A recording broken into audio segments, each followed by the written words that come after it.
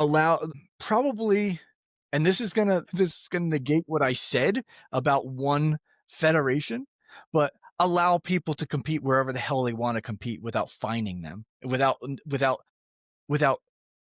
basically kicking them out for 6 months or a year or something like that. Yeah. Like, for example, like I didn't know any of this stuff until I got to a certain level. Once I got to a certain level and I started competing at a high level like that, I wasn't allowed to compete in a different federation because it wasn't an affiliate of the IPF. So Mm, now, if I compete in there, they're all of a sudden I'm just guilty, and now I'm banned for a minimum of 6 months, which is ridiculous in my yeah.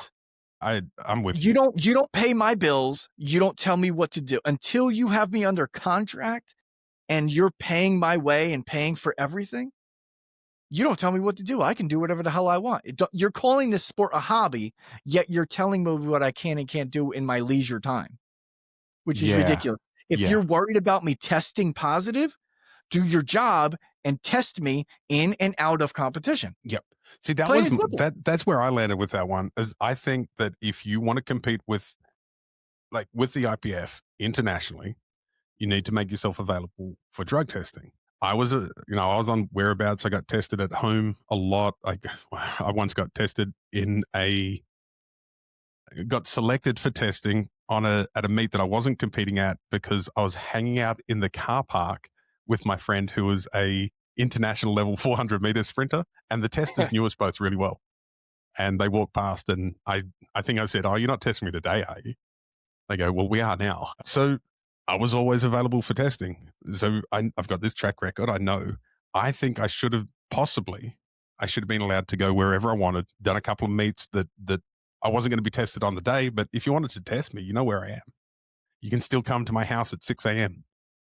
You can still come to my training location at 5 p.m. I had 2 hours a day where I was available for testing. Yeah, I it's not think like that it's should going to be be out of your system. Yeah, yeah. Just because I lift at a non IPF meet doesn't mean I'm not available. And Yeah, they I want think that's where we're exclusivity. getting wrong. Yeah, I think the exclusivity is both a massive benefit and a huge disadvantage at the same time. Right.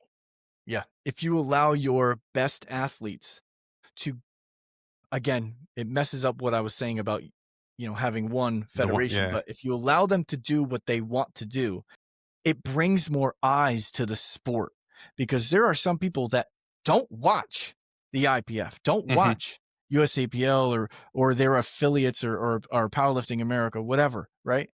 Because they're just not interested in it. They like geared lifting. They like the untested stuff. But if you got Jesus competing in an untested meet and he wipes the floor with hmm, everybody, guess what's going to happen? More eyes are going to come to the sport and to this federation that otherwise wouldn't have happened. So right. I think it's a I win-win. was